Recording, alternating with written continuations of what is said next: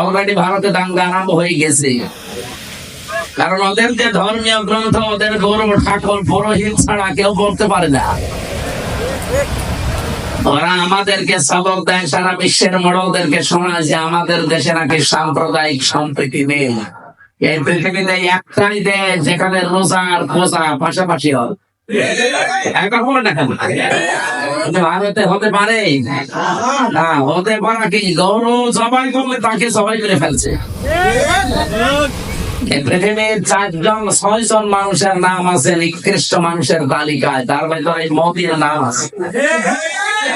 কারণ এই লোকটা পৃথিবীতে নিকৃষ্ট হওয়ার পেছনে কিছু কারণ আছে। কয়েকদিন আগে আপনারা দেখেছেন গোবিন্দ পরামানিক, বাংলাদেশের একজন হিন্দু মহাজোটের মহাসচিব গোবিন্দ চন্দ্র পরামানিক, এই লোকটা জানিয়েছে যে তাম দুনিয়ার হিন্দুদেরকে আমি আহ্বান জানাচ্ছি যে মাতাল মোদীকে থামান। একটা মাতাল, এই মাতালি করেছে, আরম্ভ করেছে, কিছুদিন পরে পৃথিবীতে বসবাসে অযোগ্য হয়ে পড়বে। আপনি কি মনে করছেন দাঙ্গা শুধু ভারতে থাকতে? বাতাস বাংলাদেশে ঢুকতে হবে না। বাংলায় ঢুকতে তো আর কোনো কিছু বাধা প্রাপ্ত হয় না, কাটা তার পার হয়ে চলে আসবে। এই জন্য আমরা চাচ্ছি এই মাতার লোকটা যেন থেমে যায়। যদি থামতে না চায়, ওকে থামানোর ব্যবস্থা করা দরকার। বিশ্বের 257টা দেশ, সবাইকে আহ্বান জানাই, কে কোন ধর্ম মানে ওটা আপনার ব্যাপার। যাতে আমরা চাই এই লোকটাকে, এবং আরেক কোনাঙ্গার আছে ওর দোস্ত, এই লোকটাকে যেন থামানো হয়। এদের এই ভুল সিদ্ধান্ত গুলোর কারণে আগামীর পৃথিবী বসবাসের অযোগ্য হয়ে পড়ছে। তাইলে যে ভূমিকম্প হয়েছে এখন দেখেছে, 1500 বছর আগে সূরা ইউনূসের 100 নম্বর আয়াতের ভেতরে শেষের দিকে পাবেন এটা। আল্লাহ আমার এইটাই জানিয়েছেন, ওয়ায়াজআলুর রিজসা আলাল্লাযীনা লা ইয়াকিলুন। এই পৃথিবীতে কেউ যদি ভুল সিদ্ধান্ত নেয়, কেউ যদি তার বিবেকটা কাজে না লাগায়, তাহলে ভুল সিদ্ধান্ত আল্লাহ তার উপরে চাপিয়ে দেয়। নরেন্দ্র মোদী নামে পৃথিবীর নিকৃষ্ট মানুষটা, এবং আমার দেশে যিনি পালিয়েছেন ওইটা, ভুল সিদ্ধান্ত নেওয়ার কারণে এদের বিবেকটা কাজে লাগে নাই। এই জন্য আল্লাহ তাদের উপরে ভুল বিষয়গুলো চাপিয়ে দিয়েছিলেন। ওয়ায়াজআলুর রিজসা আলাল্লাযীনা লা ইয়াকিলুন। যারা তাদের বিবেক, বুদ্ধি, কমন সেন্স কাজে লাগায় না, তখন আল্লাহ তার উপরে ভুল বিষয়গুলো চাপিয়ে দেয়। আরম্ভ করেছে, তার বিবেক কাজ করছে না। আমি কালকে কয়েকটা ইন্টারন্যাশনাল রিপোর্ট পেয়েছি, আন্তর্জাতিক, আপনার মাথা খারাপ হয়ে যাবে। এই যে 9 মাস চলছে হাসিনা পালিয়ে যাওয়ার, এই 9টা মাসেও বারবার চেষ্টা চালিয়েছে এই দেশে যেন অন্তত বিডিআর হত্যা আর শাপলা চত্বরে হেফাজত হত্যার বিচার কেউ যেন না তোলে। কারণ ভালো করে জানে যে 2টা ঘটনা একেবারে ডাইরেক্ট ঘটিয়েছে মোদী। এখন সব প্রমাণ একেবারে হাতে নাতে ধরা পড়ছে। দিগন্ত টেলিভিশন এমনি বন্ধ করে নাই, ইসলামী টেলিভিশন এমনি বন্ধ করে নাই, কারণ এদের কাছে সব ভিডিও ফুটেজ গুলো এখনো আছে। এখন তারা সব ছাড়তেছে। সাগর এমনি হত্যা হয় নাই, বহু রিপোর্ট তাদের কাছে গোপন বিষয় ছিল, ওদেরকে একটু সাহায্য করেছে, তাকে দুনিয়া থেকে বিদায় করে দিয়েছে। রিপোর্ট গুলো যেহেতু হাওয়ায় ভেসে বেড়াচ্ছে, আর বিশ্বের আন্তর্জাতিক মহল যারা, তারা আমাদের চাইতে আপনাদের চাইতে অনেক চালাক। আমি রিমান্ডে গিয়ে টের পেয়েছিলাম, ওই 10 দিনে বহু কিছু দেখেছি। ইসরায়েল থেকে যে উন্নত প্রযুক্তির মেশিন তারা নিয়ে এসেছে, আপনি পায়খানার ভেতরে কি করেন ওইটা আমরা দেখতে পাই। এই যে আগস্টের 5 তারিখের পরে বিভিন্ন জায়গায় চাঁদাবাজি আরম্ভ হয়েছিল, এলাকায় হয়েছে কি আমি জানি না। ওই যে নারায়ণগঞ্জের বন্দরে রাত 2টার সময় গেছে চাঁদা চাইতে, পরে ধরে পড়ে গেছে। বলছে আমি রাত 2টার সময় আসলাম, তারপর ধরে ফেললো।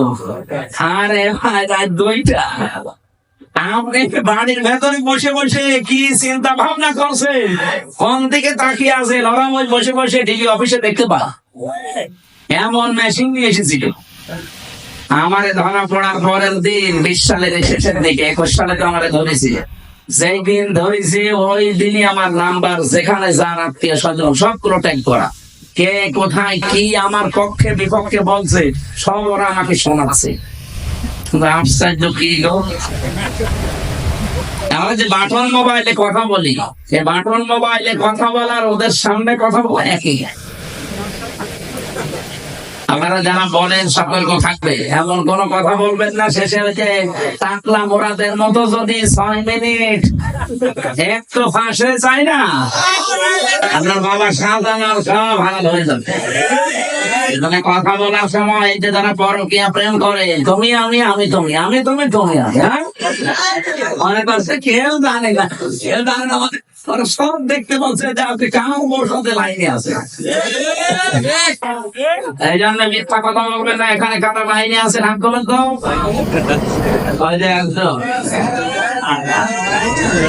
ঠিক আছে, আমি লাইন চালান, আপনাকে কয়েকদিন পরে দেখা হবে আমার সাথে আপনার লাইন।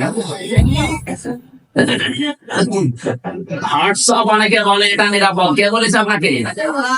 হোয়াটসঅ্যাপে কথা বললে ওরা দেখতে পাচ্ছে। বাংলাদেশের নিরাপদ হওয়ার মতো কোন এখন অ্যাপস আর নেই। সে যেটাই বলেন, মেসেঞ্জার বলেন, ইমো তো আরো ঘরের ভেতর। ওই ইমোতে কথা বলা আর ওদের সামনে বসে বসে বলা একই। হোয়াটসঅ্যাপটা এটা সবাইকে ওরা ট্যাগ করে না, যাদের টার্গেট করে তাদের। এই যে ভুল সিদ্ধান্ত নেওয়ার কারণে বিবেকটা কাজে লাগছে না, এই কারণে আজকে যে বিপর্যয় নেমে আসবে, এই দাঙ্গা তৈরি হওয়ার কারণে শুধু কি মুসলমান মরবে, হিন্দু মরবে না? এক কথা বলে না কেন? ওখানে যদি মনে করেন মুসলমান আছে 30 কোটি, হিন্দু আছে 100 কোটি, এই কারণে আপনি মুসলমান 10 জন মেরে ফেললেন, হিন্দু 2 জন মরেছে। বাংলাদেশে আমরা 92 জন মুসলমান 100 জনের, বাকি 4 জন হিন্দু, অন্যান্য জাতি মিলে 4 জন। ওখানে যদি 2 জন মুসলমান মরে, এখানে 5 জন মরবে না? সব সাফা হয়ে যাবে। এই জন্যই তো আমরা জানাচ্ছি যে এই মাতালটাকে থামান। এই মাতালের মাতলামি করার কারণে পৃথিবীর ক্ষতি হয়ে যাচ্ছে। আগামীতে আমার মনে হয় এ পৃথিবী বসবাসের অযোগ্য হয়ে যাবে। বসবাস যে করবেন সেরকম পরিস্থিতি আর পাবেন না। চাচা এর সাথে মরার আগে যা বলেছিল ওইটা দেখতে পাবে, যে ঘর থেকে বের হলে খুন আর ঘরে থাকলে গুম হয়ে যাবে। আল্লাহ আমাদের হেফাজত করুন, বলেন আমিন। আমি এখান থেকে এই 2টা দেশের নাম বলার পরে একটা বিষয়ে সিদ্ধান্ত নিতে চাচ্ছি, আপনারা একমত হবেন কি আমি জানি না। বাংলাদেশে যে দায়িত্বে আছেন প্রফেসর ডক্টর মোহাম্মদ ইউনূস, 2টা নবীর নাম নিয়ে বসে আছেন, মোহাম্মদ আর ইউনূস। 2 নবীর নাম আপনার। আমরা চাই আপনার বিবেক আপনি কাজে লাগাবেন। বিবেক বহির্ভূত কোন কাজ যদি এই দেশে আপনি থাকতে চালু হয়ে যায়, তাহলে আল্লাহ কিন্তু ভুল সিদ্ধান্ত চাপিয়ে দেবে। হাসিনা বানিয়েছে, ওর বিচারপতি বানিয়েছে, মামলার আয়ু বানিয়েছে, সাক্ষীরা বানিয়েছে, তাহলে এটি আজহারুল ইসলাম এখনো কেন জেলখানায় আছে? এটা তো বিবেকে ভেঙে নেয় না, কথা বলেন না কেন? আমরা চাই আজহার সাহেবকে বর্ষদিন বৃহস্পতিবারে ওনার আবার আরেকটা ডেট আছে, এই ডেটে যেন আর কোন বাঙালিকে হাইকোর্ট দেখানো না হোক। আমরা এই মুসলিম মানুষটার মুক্তি চাই, আপনারা চান না? তারা চান, দেখে লিল্লাহি তাকবীর।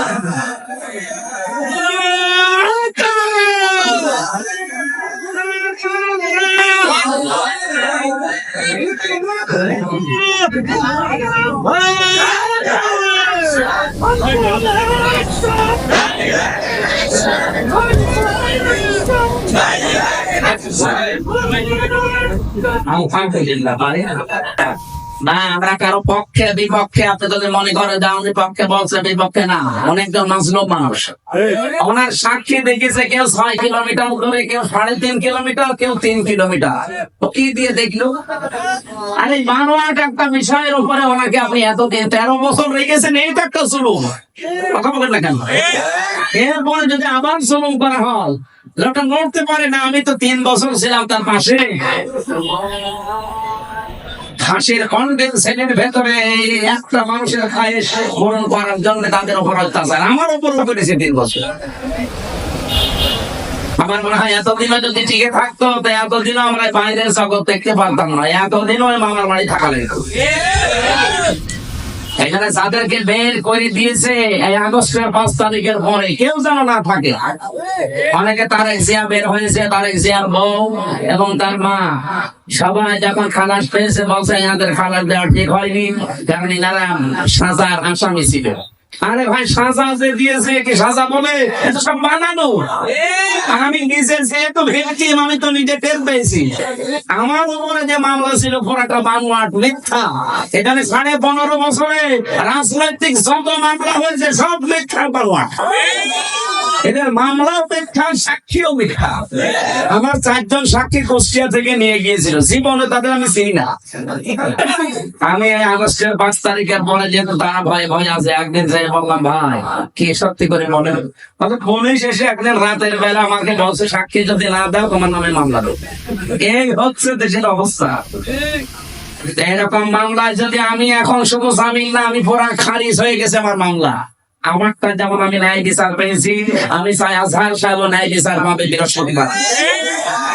কোনো তালবাহানা করলে বিবেক যদি আপনার কাছে না লাগে, এমন ঢেউ সিদ্ধান্ত চেপে বসবে না দেশের উপরে, সেই সামাল দিতে পারবেন না।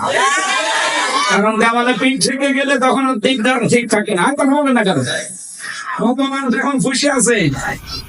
আপনি কার খুশির জন্য এগুলো করছেন? অনেকে করছে, আমরা জানি। এই জন্য আমরা কোন বিবেক বহির্ভূত কাজ করতে চাই না। আজকে ঢাকায় দেখলাম বিভিন্ন জায়গায় মেয়েরা সাইনবোর্ড নিয়ে দাঁড়িয়ে আছে, আমাদের যৌন অধিকার নিশ্চিত করতে হবে। এই যে নারী কমিশনে যারা আছে এই মানুষগুলো একে মহিলা বলা যায়? আমার মনে হয় এ মহিলাও না, এ পুরুষও না, এ হিজড়া হবে। এরকম কথা লেখে কি করি? 318 পৃষ্ঠা আমি পড়েছি ওদের ওই কমিশনের পড়া বইটা। সবগুলো ইসলাম বিরোধী এবং ইসলামের বিপক্ষে একেবারে ডাইরেক্ট অ্যাকশন নিয়েছে। তার ভেতরে অন্যতম স্বামী আর স্ত্রী। এরা যদি 2 জন সংসার করা, স্বামী বলে আমি এখন সংসার করতে চাই, স্ত্রী বলে যদি না আমার এখন মন নেই, এরপরও যদি স্বামী সংসার করে, স্ত্রী যদি মামলা দেয় তাহলে ধর্ষণ মামলা হবে। আর ধর্ষণ মামলা হলে সাক্ষী লাগবে না। স্বামী স্ত্রীর ঘরের ব্যাপারটা কি সাক্ষী কেউ দেবে? সাক্ষী পাবেন কোথায়? হয় আপনি ইউটিউবারদের ওখানে সেট করে রাখবেন, সাক্ষী আপনি পাবেন কোথায়? আর বিচারককে রায় দেবে, ওকে আন্দাজে তো রায় দিতে পারবে না, সাক্ষী লাগবে না। আর ওই জিনিসকে দেখেছে কে সাক্ষী দিতে যাবে বলেন? সুতরাং এইরকম নীতিমালা যারা তৈরি করেছে কি সুস্থ না অসুস্থ? আমার মনে হয় এদেরকে আর বাইরে রাখা ঠিক হবে না, তাহলে এই সমাজের ক্ষতি হবে। এদেরকে বাঁটানো লাগবে, হবে না। আরো জোরে বলেন। যেখানে দেওয়া ওখানে পাবনায় পাঠিয়ে দেন। কয়েকদিন আগে পাবনায় গিয়েছিলাম, যে দেখলাম পাগল বেশি নেই, সব ভালো হয়ে চলে গেছে। এখন এদেরকে পাঠানো দরকার। ওরা পয়েন্টটা লিখেছেন এটিওটাই, শরীর আমার, সিদ্ধান্ত আমার। জেনা ব্যবসার ব্যবসা করে বসতেছে। শরীর আপনার মানে আপনার শরীর কে দিয়েছে? আপনার বাবা মা দিয়েছে আপনার শরীর। আপনার বাবা আমার দায়িত্ব ছিল শুধু বিছানায় থাকা। এই শরীরটা আমার আল্লাহ নিজে বানিয়েছেন। নূরের ভেতরে আছে, মুমিনুনের ভেতরে আল্লাহ পয়েন্ট আকারে দিয়েছেন যে তাহলে কি করে বানালাম আমি।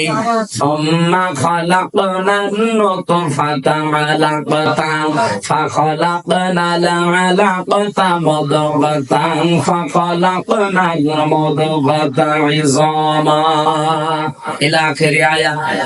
আল্লাহ একে সিরিয়াল আকারে দিয়েছেন, আমি নুতফা এর আকারে, এরপরে আমি এটা মুদগা, এরপরে আলাক, এরপরে রক্ত গোশত চর্বি চামড়া দিয়ে একটা ছাউনি দিয়ে বাচ্চা আকার দিয়ে ছেলে না মেয়ে হবে সে সিদ্ধান্ত দিয়ে মায়ের পেট থেকে আস্তে করে বের করে নিয়ে আসি। আল্লাহু আখরাজাকুম মিন বুতুনি উম্মাহাতিকুম লা তা'লামুনা শাইআ। এই আয়াতগুলো পর্যালোচনা করলে দেখা যায় গোড়াটা দায়িত্ব আমার আল্লাহ পালন করেছে, বাকি শুধু সিস্টেমটা আমার আল্লাহ, যেহেতু মার বাবার কাছ থেকে শুধু সিস্টেমটা একটু। তাছাড়া আল্লাহ নিজেও আমাদেরকে বানিয়ে বানিয়ে আকাশ থেকে ফেলতে পারতো না, পারতো না? আমাদের আদি পিতাকে ফেলে নাই, কথা বলে না কেন? আদি মাতাকে ফেলে নাই, তাদেরকে যদি আল্লাহ ফেলতে পারে, এমনকি বাবা ছাড়াও আল্লাহ বানাতে পারে হযরত ঈসাকে, প্রমাণ তো দুনিয়ায় আছে। সুতরাং স্যার এই পয়েন্ট লিখেছেন, আপনারা কিন্তু স্বাভাবিক নেই। আমার মনে হয় তারা মেয়াদ উত্তীর্ণ গাঁজা খায়। মেয়াদালা গাঁজা খেলে তো এত নিছেন আমার কথা না। দেখো আমার সিদ্ধান্ত, আমার এক মহিলা লিখেছে ব্যানারে যে আমার চামড়া আমি দেব। এগুলোকে মানুষের খাতায় পড়ে। তৃতীয় নাম্বার পয়েন্টে ওরা লিখেছে যে যৌনকর্মী যারা, তাদেরকে শ্রমিকের মর্যাদা দেওয়া লাগবে। আমার এই পয়েন্টটা পড়ার পরে মনে হচ্ছিল, আল্লাহ যদি বাংলাদেশে কোন ডাকাত বলে সাহেব আমাদেরকেও কিন্তু মর্যাদা দেওয়া লাগবে শ্রমিকের, কারণ আমাদেরও কষ্ট কম হয় না। ডাকাতি করা কত কঠিন, গাছ কেটে কাঁধে নিয়ে রাস্তায় ফেলে গাড়ি দাঁড় করিয়ে এত বড় ছুরি সামনে নিয়ে দাঁড়ানো লাগে। আমি তো নিজে দেখেছি কয়বার ডাকাতের হাতে পড়লাম। একবার পড়েছিলাম সাতক্ষীরায়, বিশাল এক গাছ কেটে 8-9 জন কাঁধে করে রাস্তার মাঝে দিয়ে গাড়ি থেমে গেল, সবার পেছনে পেছনে বড় বড় ছুরি। আমি তো কাজ খুলে দেওয়ার পরে দেখি মুখ বের করে কয়েকজন মুখ বাঁধা। আমার টাকা পয়সা আছে, আমি আগেই বের করে বলছি আপনার টাকাও নেবো, আল্লাহ মাফ করবে। এত কষ্ট ঢুকছে আর বলছে আপনার টাকাও নেবো, আল্লাহ মাফ করবে। কষ্ট হচ্ছে না যে কত বড় গাছ, আমরা ঘাম ঝরছে কপাল দিয়ে। ওরা যদি কালকে থেকে আওয়াজ তোলে যে ডাকাতি করতে কম কষ্ট না, আমাদের শ্রমিকের মর্যাদা দেওয়া লাগবে। এ পর্যন্ত থাকলেও কিছু বলতাম না, এটা সমস্যা হয়ে দাঁড়াবে, কারণ এই শব্দটা পুরা হাদিসের বিরুদ্ধে, কোরআনের বিরুদ্ধে। আপনি দেখেন সূরা কসসের ভেতরে আছে, মুসা আলাইহিস সালামকে যেদিন শুআয়ব আলাইহিস সালাম উনি শ্রমিক হিসাবে নিয়োগ দেবেন, ওনার মেয়েদের ওই যে কুয়া থেকে পানি তুলে দিয়েছিলেন, কুয়া থেকে এই বিশাল কুয়া থেকে পানি তুলে দেওয়ার সময় ওনার ঘাম ঝরছিল। মেয়ে দুইটা গিয়ে বলেছে, বাবা এরকম একটা শক্তিশালী এবং বিশ্বস্ত আমিন বলা হয়, কোরআনে আছে আমিন, এরকম একটা বিশ্বস্ত শ্রমিক পেয়েছি, আপনি যদি নিতে চান তো উপকার হবে, তার শরীরে শক্তি আছে। আমরা দেখেছি 4-5 জন রাখাল মিলে যে ঢাকনা সরাতে পারে না কুয়া, অথচ ওই লোকটা দেখলাম 1 হাত দিয়ে কুয়ার ঢাকনা সরিয়েছে। শ্রম দিলে মানুষের শরীর থেকে ঘাম ঝরে, এই ঘামের মর্যাদা এত বেশি। আল্লাহর নবী জানিয়েছেন, আল কাসিবু হাবিবুল্লাহ, যারা কাজ করে খায় নিজের হাতে, ঘাম ছড়ায় শরীর থেকে, এরা সাধারণ মানুষ থাকে না, এরা আল্লাহর বন্ধু। আর সেইটাকে আপনি কোথায় মিলাচ্ছেন বলেন? যাবে সেটাকে আজকে যারা দেহ ব্যবসা করে খায়, যারা পতিতা, যারা জেনা ব্যভিচারের একেবারে বাজার খুলে বসেছে। বাংলাদেশে এখন 1 লাখ মাত্র পতিতা আছে সারা বাংলাদেশ মিলে সরকারি জনে। এই মানুষগুলোকে আমরা চাই, তাদের যদি সত্যি মর্যাদা দিতে চান, ডক্টর মোহাম্মদ ইউনূস একটা আলাদা বিভাগ খুলে তাদেরকে পুনর্বাসনের ব্যবস্থা করে। কেন ধনী মানুষের টাকা ব্যাংকে পড়ে আছে, ছাতা পড়ে যাচ্ছে, ও জানেই না কত টাকা। ওই টাকাগুলোর কাছ থেকে নেন, মাত্র 1 লাখ যৌনকর্মী, এদের কর্মসংস্থান তৈরি করেন, দরকার হয় ওদের আলাদা আলাদা বিয়ের ব্যবস্থা করেন। এরপরে এই মানুষগুলোকে সেলাই মেশিন কিনে দেন, 2টা গরু কিনে দেন, 5টা ছাগল কিনে দেন। এই সমস্ত কাজ কারবারে নেই, ওনারা শ্রমিকের মর্যাদা দিতে চায়।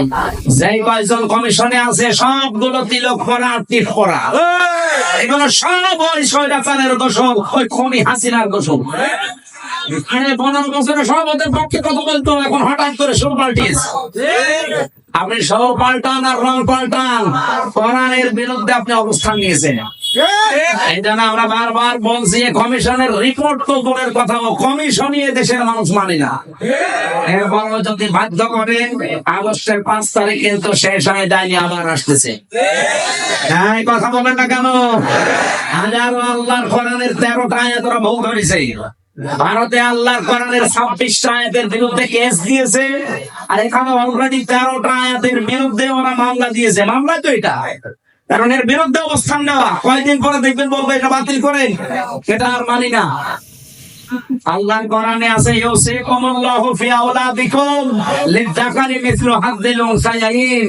এই পৃথিবীতে এক পুরুষ যা পাবে, 2 নারী তাই পাবে। এটা নদী মেয়েদের প্রতি অবিচার, বৈষম্য। এখানে আয়াত পাল্টাতে হবে। কত বড় ক্ষমতা আপনার! এই জন্য ভুল বিবেক বহির্ভূত কোন কাজ যদি কেউ করে ফেলে, আল্লাহর কসম, আল্লাহ কিন্তু ভুল বিষয় চাপিয়ে দেবে। তখন এই যে দাবানল চলবে, তখন ভূমিকম্প আসবে। আমি আর বাকিটা বললাম না। এই জন্য যারা দায়িত্বে আছেন, আহ্বান করে আপনারা এখনো আপনার বিবেকটা কাজে লাগান, নয়তো ভুল বিষয় চেপে বসলে তখন সামাল দেওয়া কঠিন হয়ে যাবে। আল্লাহ আমাদেরকে বোঝার তৌফিক দিন, বলেন আমিন। সূরা তাওবা 100 নম্বর আয়াত আমরা পড়েছি। আমার আলোচনার বিষয় হচ্ছে সাহাবীদের অনুসরণ। এটাতে কত বড় গুরুত্বপূর্ণ জিনিস আমাদের জন্য। আল্লাহ নবী জানিয়েছেন, আল্লাহ আল্লাহ ফি আসহাবি লা তাত্তাখিযুহুম গারাদাম মিন বাদি আমান আহাব্বাহুম ফাবিহুব্বি আহাব্বাহুম আমান আবগাদাহুম ফাবিবগদি আবগাদাহুম আখাইরু উম্মতি করনি সুম্মাল্লাযীনা ইয়ালুনাহুম সুম্মাল্লাযীনা ইয়ালুনাহুম ইলা আখিরি আয়াত, ইলা আখিরিল হাদিস। এটা হাদিসের ভাষা। নবীজি বলেন, পৃথিবীর মানুষেরা আমার সাহাবীদের সম্পর্কে সাবধান। আমার সাহাবীদের সম্পর্কে, আমার সাহাবীদের সম্পর্কে সাবধান। আমার সাহাবীদের সাথে কেউ যদি শত্রুতা করে, সেটা আমি নবীর সাথে শত্রুতা করে। কতটুকু আছে? মান বানা লিল্লাহি মাসজিদান আছে, বানাল্লাহু লাহু বাইতান ফিল জান্নাহ। নবীজি বলেন, কেউ যদি একটা সেজদার জায়গা বানিয়ে দেয়, তার জন্য আল্লাহ নিজে জান্নাতে ঘর বানায়। সেজদা দিতে কি পুরা মসজিদ লাগে, পুরা ঈদগাহ লাগে? কতটুকু? একটা টাইলসের জায়গা হলে হয়ে যায় সেজদা দেওয়া। কথা বলছে না কেন? তাহলে একটা টাইলসের টাকাও যদি আপনি এখানে দেন, তাহলে জান্নাতে আপনি একটা পুরা ঘর পাবেন। এজন্য মান বানা লিল্লাহি মাসাজিদ, আল্লাহ নবী দেয়নি মাসজিদান। একটা সেজদার জায়গাকে মসজিদ বলা হয়। সুতরাং এতটুকু একটা জায়গার দাম বা এই জায়গা সংস্কার করার জন্য যতটুকু যা লাগে, আপনি যদি একটা টাইলসের দামও দেন, জান্নাতে একটা ঘরের মালিক হয়ে যাবেন ইনশাআল্লাহ। বানাল্লাহু লাহু বাইতান ফিল জান্নাহ, আল্লাহ নিজে বলেন আমি ঘর বানাবো। সামর্থ্য থাকলে অবশ্যই দেবেন। যে যা গিয়েছেন ভেতর থেকে বের হয়ে যান। যা সাহাবায়ে কেরামের মর্যাদা আকাশচুম্বী। তারকাল দেখতে পান, তারকাল চাইতে সাহাবায়ে কেরামের মর্যাদা আল্লাহর কাছে অনেক বেশি। তারা হেদায়েত প্রাপ্ত প্রত্যেকেই, আর প্রত্যেকেই জান্নাতি। আমরা বলি যে 10 জন সাহাবী আশারায়ে মুবাশশারা, কে বলে আপনাকে? খালি ওই 10 জনই জান্নাতি, আর বাকি যে লক্ষ লক্ষ সাহাবীরা জান্নাত যাবে না? বলেন, ওই 10 জন সাহাবীর ভেতরে খাদিজাতুল কুবরার নাম আছে? বলেন না কেন? আয়েশার নাম আছে, ফাতেমার নাম আছে। তারা জান্নাতি না? ফাতেমা জান্নাতের নেত্রী হবে, সমস্ত মহিলাদের সন্তান। হযরতে আয়েশা সিদ্দিকা রাদিয়াল্লাহু তাআলা আনহা, হযরতে খাদিজাতুল কুবরা, তাকে আল্লাহ নিজে জান্নাত বানিয়ে দুনিয়ায় পাঠিয়ে সংবাদ দিয়েছেন, এবং আল্লাহ নিজে তাকে সালাম দিয়েছেন। এই পৃথিবীতে একজনই মহিলা যে আল্লাহর সালাম পেয়েছেন এবং জান্নাতে অলরেডি ঘর পেয়েছেন জীবিত অবস্থায়। অথচ খাদিজা জীবনে একটা ওয়াক্ত নামাজ পড়েনি, এক ওয়াক্ত নামাজ পড়েনি, একটা রোজা রাখেনি, জীবনে একদিনের জন্য পর্দায় থাকেনি। বলেন, তার পুরা জীবন আমি পড়ে গেছি, জীবনে কোনোদিন তিনি পর্দায় ছিলেন না। নামাজ পড়লেন না, রোজা রাখলেন না, হজ করলেন না, যাকাতও দেননি, পর্দায়ও নেই। অথচ আল্লাহ সালাম দিয়েছে, জান্নাতে ঘর বানিয়ে পাঠিয়েছে। একটাই কারণ, কারণ উনি ইন্তেকালের পরে এই বিধানগুলো নাযিল হন, এই জন্য উনি মানতে পারেন না। কিন্তু আল্লাহ তাকে খুশি হয়ে সালাম দিলেন কেন? জান্নাতে ঘর বানিয়ে সুসংবাদ পাঠালেন কেন? তারপর জীবন পড়ে দেখবেন, জীবনে 1 সেকেন্ডের জন্য কোনদিন স্বামীর মনে উনি দুঃখ দেন না। এরকম মহিলা তো এখন ঘরে ঘর। এখানে একজন স্বামী হাত তুলতে পারবেন যে জীবনে কোনদিন আমার বউ 1 সেকেন্ডের জন্য আমাকে দুঃখ দেয়নি, কষ্ট দেয়নি? বলেন তো এরকম একজন? মিথ্যা কথা বললে আপনার খবর আছে। ভাই আপনি দুঃখ পাননি নাকি বউ খুশি করার জন্য মনে করছেন যে রাম হয়ে ফেলি? খবর তো নেই না, আমি হাসির জন্য বলি নাই ভাই, আমি হাদিস বললাম। দেখেন এই যে হাজার হাজার স্বামী আমরা মা বোনেরা যারা এসেছেন, আমি জানি না আপনারা আছেন কিনা। আপনি চিন্তা করেন, আপনি নামাজ পড়েন, রোজা রাখেন, কালো বোরকা পড়েন, নফল রোজা রাখেন, একটা স্বামী হাত তুলতে পারলো না। আমিও পারি। আমি আন্দাজ একটা কথা বলবো, আমি দুঃখ পেয়েছি এই জন্য আমি পারি। এখানে আমার একটা স্বামীও পেলাম না। মা বোনেরা জান্নাত যাওয়া কিন্তু কঠিন হয়ে যাবে। এখন যদি ওরা বড় হুজুর ওয়াজটা একটু উল্টিয়ে করেন তো, একটা স্বামী একটু হাত তুলুক তো, জীবনে স্ত্রীর মনে দুঃখ দেয়নি। বাবা শাহ সালাম এখানে হবে না। না, আমাদের চরিত্র আমরা কন্ট্রোল করবো। স্ত্রীর গায়ে যারা হাত তোলে, এর মতো ইতর মানুষ দুনিয়ায় নেই। হাত না তুলে, হাত তোলা একেবারে হারাম কাজ না। তখন তুলতে পারবে যদি ফরজ নামাজ না পড়ে, দরকার হয় হাত তুলবে। কিন্তু 4 জায়গায় কিন্তু মারা যাবে না, মুখে, মুখে, পিঠে, মুখে, মাথায়, মুখে, বুকে আর পিঠে, এই 4 জায়গায় স্ত্রী লোকের হাত দেওয়া যায় নেই। যদি 4 জায়গা ভাঙ দিয়ে কোনো জায়গায় মারতে চান, আপনি মারবেন। খালি নামাজ না পড়লে, রোজা না রাখলে, ফরজ রোজা, জায়েজ যে পর্দাটা আছে, এই পর্দাটা যদি না করে, আর 4 নম্বরে যদি স্বামীর জায়েজ কথা না শোনে, কথা বোঝা গেছে? মা বোন যারা এসেছেন, আপনার জান্নাত পাওয়া অতি সহজ। স্বামী যখন বাইরে থেকে আসবে কর্মজীবন শেষ করে, দুনিয়ায় যত কাজ আপনার হাতে থাক সব বাদ। এখন তাদের সময় দেওয়া, তার কথা মতো চলা, এখন তাকে খুশি করা পৃথিবীর সবচাইতে বড় ইবাদত। শুধু যদি ফরজ নামাজটা আর ফরজ রোজা নাও। কোন স্বামী যদি পছন্দ করে যে আমার বউ হাতা কাটা ব্লাউজ গায়ে দিলে আমার ভালো লাগে, আপনি তাই দেবেন? কথা বলছেন কেন? ওরা গায়ে দেয় কিন্তু স্বামীর জন্মে না, মার্কেটে যাওয়া। যে মহিলা এরকম উল্টা পাল্টা পোশাক পরে রাস্তাঘাটে আসে, কি স্বামীকে খুশি করার জন্য না পাবলিক?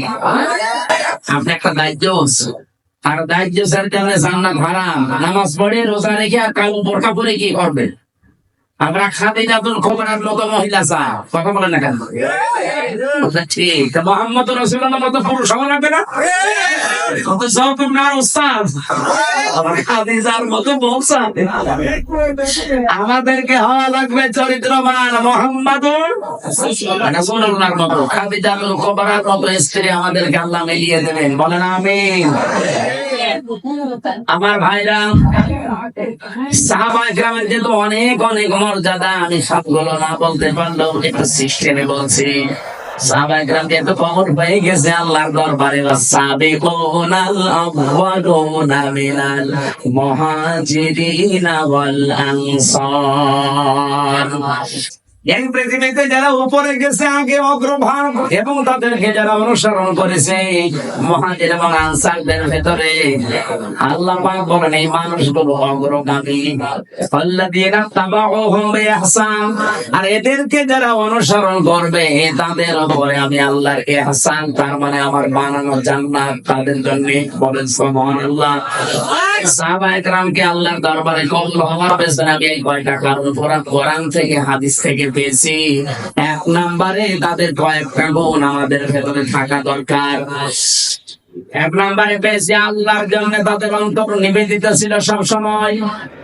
আপনি যদি কাউকে ভালোবাসেন আল্লাহর জন্য বাসবেন, কাউকে যদি ঘৃণা করেন আল্লাহর জন্য করবেন, কাউকে যদি কিছু দান করেন আল্লাহর জন্য করবেন, কাউকে যদি দান করা থেকে বিরত থাকেন যে আমি দেব না করে কিছু, তাও যেন আল্লাহর জন্য হয়, ব্যক্তিগত বা পারিবারিক সামাজিক কোন কারণে না হয়। কথা বোঝা গেছে?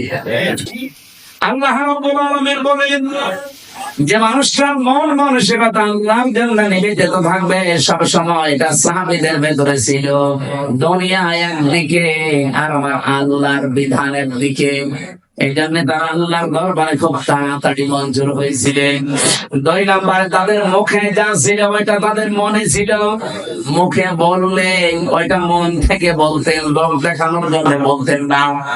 3 নম্বরে বেশি তারা নিজের উপরে অন্যকে প্রাধান্য দিতেন, যদিও নিজের অনেক কিছু দরকার আছে, প্রয়োজন আছে, এরপরও তারা অন্যকে অগ্রাধিকার দিতেন। এই একটাই মাত্র কারণ, পুরাটা সংসার ভেতরে এইটা, নিজের প্রয়োজন থাকার পরেও অন্য ভাইয়ের প্রয়োজনকে সামনে দেওয়া, অগ্রাধিকার দেওয়া। আল্লাহ পাক এত বেশি খুশি হতেন তাদের উপরে এই কারণে যে রাদিয়াল্লাহু আনহুম ওয়া রাদু আনহু, এই আয়াত তাদের জন্য আল্লাহ নাযিল করে দিয়েছেন। আল্লাহ এতটুকু বলে যদি আয়াতটা শেষ করে দিতেন, আয়াতটা আমি পড়তাম না। এর পরবর্তী কিছু সুসংবাদ দিয়েছেন, ওয়া আদালাহুম জান্নাত। আল্লাহ তাআলা বলেন আমি প্রস্তুত করে অলরেডি রেখে দিয়েছি এমন একটা বাগান, তাজরি মিন তাহতিহাল আনহার। না ভুল হয়েছে, তাজরি তাহতাহাল আনহার, মিন নেই এখানে। মিন যদি থাকতো তাহলে তাহাতি হতো, যেহেতু মেইন নেই জন্য কোরআনে একটা জায়গায় শুধু তাজরি তাহতাহাল আনহার, এমন একটা নদী আর নহর প্রবাহমান বাগান বানিয়েছি। খালিদিনা ফিহা আবাদা, চিরকাল আমি আল্লাহ তাদেরকে ওই জায়গায় থাকতে দেব। যালিকাল ফাওজুল আযীম, এটা জীবনের মহা সফলতা। বলেন সুবহানাল্লাহ। এই আয়াতটার ভেতরে আমি কয়েকটা তথ্য পেয়েছি। সূরা হাশরের 9 নম্বর আয়াতের ব্যাখ্যা পেয়েছি। ওয়ায়ুসিরুনা আলা আনফুসিহিম ওয়ালাউ কানা বিহিম খাসাসা, আল্লাহ পাক বলেন ওদের নিজেদের প্রয়োজন আছে, এরপরও তারা অন্যকে অগ্রাধিকার দিয়েছে। হযরতে আনাস রাদিয়াল্লাহু তাআলা আনহু বলেন নবীজি মসজিদে নববীতে 3 দিন পরপর 3 দিন মেহমান এসেছে তার কাছে। একবারে মেহমান আসার পরে রাতের বেলা আসার পর বিশ্বনবী ডাক দিয়ে বললেন আজকে এই মেহমানটা নিয়ে যাওয়ার মতো আমার ক্যাপাসিটি নেই, তোমাদের যদি কারো থাকে ক্যাপাসিটি তাহলে বড় একটু নিয়ে যাও। হযরত আনাস বললেন নবী আমার কাছে দেন। নিয়ে গেলেন বাড়িতে, স্ত্রীকে বলে নবীর মেহমান, যা পারো খেতে দাও। স্ত্রী ঘরের ভেতরে ডাক দিয়ে বলছেন দেখেন যা খাবার আছে 2টা ছেলে মেয়ের শুধু হবে, আমরাই না খেয়ে থাকবো মনে করছিলাম, আপনি এরপরে আমার মেহমান নিয়ে এসেছেন। ঠিক আছে, নিয়েই যখন এসেছেন আর রাসূলুল্লাহর মেহমান, আপনি কাজ করেন, আপনি একটু মেহমানকে নিয়ে গল্প করেন, কথাবার্তা না বলতে থাকেন। আমি এই ফাঁকে 2টা বাচ্চাকে ঘুম পাড়িয়ে দেই। ঘুম পাড়িয়ে দিয়ে নিজের মেহমানকে সাথে নিয়ে আপনাকে আমি যখন বাচ্চাদের খাবারটা দিয়ে দেবো, এরপরে আমি নিজের থেকে বাতি নিভিয়ে দেব। আপনি অন্ধকারের ভেতরে শুধু মুখ দাঁড়াতে থাকবেন আর মেহমানকে খাবারটা দিতে থাকবেন আর বলবেন এই তো আলো নিয়ে আসো, আলো নিয়ে আসো। একবার বলতে বলতে যখন খাবার শেষ হয়ে যাবে আপনি শুধু মুখ নাড়াতে থাকবেন আর হাত নাড়াবেন। অন্ধকারের ভেতরে যেন সে মেহমান বুঝতে পারে যে না আপনিও খাবার চালাচ্ছেন। শেষ হয়ে গেল খাবারটা এভাবে। সকালবেলা মসজিদে নববীতে হযরত আনাস বলেন আমি নামাজে গেছি, নবীজি আমাকে ডাক দিয়ে বললেন মেহমানের সাথে কি ব্যবহার করলে, কেন আল্লাহর আরশ পর্যন্ত খুশি হয়ে গেছে তোমাদের নামে সূরা হাশরের 9 নম্বর আয়াত নাযিল হয়ে গেছে। নিজেদের প্রয়োজন থাকার পরও যারা অন্যের অগ্রাধিকার দেয়, অন্যকে গুরুত্ব দেয়, তাদের জীবনটা সাহাবীদের মতো আল্লাহ কবুল করে নেয়। আজ বাংলাদেশে এটা খুব বেশি দরকার। একবার বলছেন এটা আজকে দল মত জাতি বর্ণ ধর্ম নির্বিশেষে খুব বেশি দরকার। যদি সাহাবীদের মতো কবুল হতে চান, গ্রহণযোগ্য হতে চান, নিজের প্রয়োজন থাকার পরও অন্যেরটা অগ্রাধিকার দেবেন। এটা আমাদের অনেকের মন আছে, কিন্তু আমরা পেরে উঠি না বোর কারণে। আমার বোনের জন্য, আমার ভাইয়ের জন্য, আমার চাচার জন্য, আমার ফুফুর জন্য আমার মন আছে, আমি কিছু করবো। আমার অগ্রাধিকার দেওয়া দরকার তাদের বলতে, তাদের পরিবারে, তাদের অসচ্ছলতা। কিন্তু অনেক পরিবারে আছে বউ শুধু প্রাণ দিয়ে ধরে না, অত দরকার কি? এরকম বউ কেসে নেই? কার বউ এরকম আছে? এবং ছোট হাত তোলেন তো। না, এলাকায় ওসব নেই। এরপরে সাহাবায়ে কেরাম কবুল হওয়ার পেছনে কারণ পেয়েছে 4 নাম্বার, যারা লোক দেখানো কোনো কাজ করতেন না। আল্লাহ পাক বলেন, আল্লাযীনা হুম ইউরাউনা ওয়া ইয়ামনাউনাল মাউন। আমরা যা করি, যতটুকু ছোট হোক আর বড় হোক, যেন আল্লাহর জন্য হয়। 5 নম্বরে বেশি তারা কাফেরদের প্রতি বড় কঠোর ছিলেন। এটা সূরা ফাতিহার 29 নম্বর আয়াতে তথ্যটা পাবেন। মুহাম্মাদুর রাসূলুল্লাহ ওয়াল্লাযীনা মাআহু আশিদ্দাউ আলাল কুফফার। সাহাবায়ে কেরাম আল্লাহর দরবারে কবুল হয়েছিলেন, তার 5 নম্বরে কারণ ছিল তারা কাফেরদের প্রতি বড় কঠোর এবং ভয়ঙ্কর ছিলেন। আর যারা কোরআনের বিরুদ্ধে 13 জায়গায় হাত দিয়ে কোরআন পাল্টাতে চায়, এরাও কাফের। বাংলাদেশে দলমত দেখা যাবে না, এই জায়গায় নবীর উম্মত এবং সাহাবীদের অনুসরণ করার ক্ষেত্রে কঠোর হওয়া লাগবে। আমরা কঠোর হতে রাজি আছি না? সামনে সব দলমত নির্বিশেষে কঠোর হয়ে যাবে। আইন পাস করা দূরের কথা, ওরা যেন ভয় কাঁপতে থাকে। আমরা তো আল্লাহর দরবারে সাহাবীদের মতো কবুল হতে চাই। আল্লাহ আমাদের তৌফিক দিন, আমিন। আরো সবাই বলেন দুনিয়ার সেই কয়দিন বেঁচে আছেন। আমি কালকে নাটোরে লালপুরনা বাগাতে পড়াইছিলাম, ওখানে এই পয়েন্টটা বলেছিলাম, কেউ যদি জুলুম করে সামনে মনে করেন যে আমি অমুক জায়গায় পৌঁছাবো, জীবনও পারবেন না। সাদ্দাত যেমন পারে না, জুলুম করে জান্নাত বানিয়েছিল, জান্নাত ভোগ করতে পারে নাই, দেখতেও পারে না, এমনকি চৌকাঠে পা দেওয়ার আগেই তার মরণ হয়েছে। হাসিনাও জুলুম করে করে টার্গেটে পৌঁছাতে চেয়েছিল 41 সাল, 41 সাল দিতে দেয়নি, 24 সালে শেষ। এখানে আগামীতে যারা চেয়ারে বসবেন, যদি জুলুমের মাধ্যমে বা জুলুম করেন কারোর সাথে, আল্লাহর কসম, ইত্তাকি দাওয়াতাল মাজলুম ফাইন্নাহা লাইসা বাইনাহু ওয়া বাইনাল্লাহি হিজাব। মুসলিমের বরদোয়া থেকে বেঁচে থাকবা, কারণ মুসলিমের বরদোয়া আর আল্লাহর মাঝে কোনো হিসাব পর্দা থাকে না। আগামীতে আমি সতর্ক করছি, যারা আসবেন যেন জুলুম করবেন না। জুলুম করে যদি জনগণকে দাবিয়ে রেখে মনে করেন আমি অমুক টার্গেটে পৌঁছাবো একেবারে 41 সাল, আপনার 5 বছর পরে দেখবেন বাড়ি ঘর শ্মশান হয়ে গেছে। এই শ্মশান হয়েছে এটা দেখানো লাগবে। 32 নম্বরের দিকে তাকা, 33 হয়ে গেছে। ফেব্রুয়ারির 5 তারিখে আসামল বুলডোজার নাজিল হয়ে সব শেষ। আগামীতে যারাই আসতেছেন, কে আসবেন আমরা জানি না, আর আমার দেখারও দরকার নেই। যারা আসবেন আসেন, জুলুম করবেন না। সাহাবায়ে কেরামের যে 5টা গুণ অন্তত বলেছি, এগুলো আমি সহ প্রত্যেকের জীবনে যেন আল্লাহ অনুসরণ করার তৌফিক দেন, আমিন।